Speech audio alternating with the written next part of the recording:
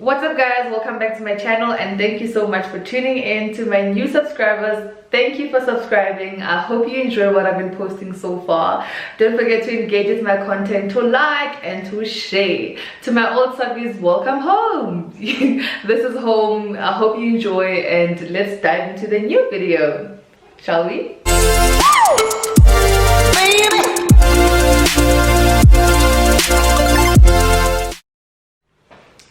So in today's video, I'm going to be giving you guys tips on how to get your Instagram feed from basic to influencer level. Well, I've been getting a lot of DMs from a lot of people asking me how I edit my pictures, how I fix my feed, how I organize it. So I decided to make a video for everybody, just basically giving them tips on how to fix the Instagram feed to be use this time to get to fix your feed and make it nice and make it appealing to the eye so that you can enjoy looking at it and other people can also enjoy looking at it. A lot of people have asked me so many questions about how I get my feed to look the way it does. And basically it's nothing out of the blue, it's nothing new, it's not rocket science.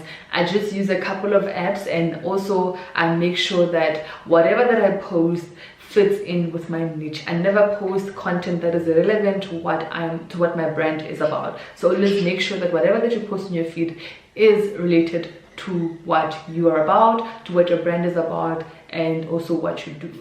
First things first, what I can say is that before anything else, you have to make sure that you have a niche. You have to find your niche. A niche is, for example, if you are a person that enjoys creating content for natural hair, make sure that whatever that you post on your feed is in line with that. So finding your niche as an influencer is very, very important. Know what you like and stick to that. Secondly, all I can say is that for me, when it comes to my Instagram, I know that I enjoy having my content nicely curated, in the sense that I want my feed to flow, I want the tone of my feed to flow, the colors to flow. So one thing is that I found a background or a color which I like, and if you've been following me for a while, you can see that the way I post my pictures has really transitioned over the years. I started just posting regular pictures, and then I started with brown tones and all of that, and then I went to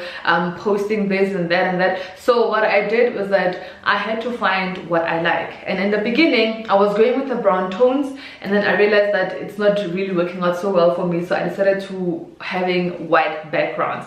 White pictures, white backgrounds really at this point is the best thing that I could come up with, and that really started by me exploring a lot of editing apps, sitting down and really just see what works for me. So one thing I can say is that remember that you trying to make your feed like somebody else's feed might not really look the same. So it's always important to find your own how do I put it, your own thing, like your own culture, if I can put it that way, of how you post your pictures. For example, you can say that okay Boiti, how do you make your feed white? I can tell you how I make my feed white, but at the end of the day you might still not get it exactly the same way as I do it. So which is why I say it's always important to explore the editing apps that you have, just so that you can get the colors and the tones that you like. Don't follow what the next person is doing, get your own thing and then go with that. Another thing I do is that I always make sure that I plan my content ahead. Planning my content ahead means that I have a couple of apps where I can see my entire Instagram feed, or where everything that is already there, and I can load pictures, see how my feed would look like once I post those pictures. So meaning that it's an Instagram basically before Instagram. I can see my feed and my pictures before everybody else can see them, just to see how they fit into my feed.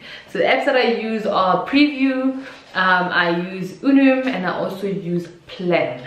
So those are the three apps that I use for planning my feed, and really I stand by them. I think they are great. I know there's other apps out there as well that you can explore. Those are not the only ones, but then the point of it is that so that you understand that you have to plan your feed ahead, just to see how it looks like, just to see how it fits, just to see if the colors will really go with what you already have.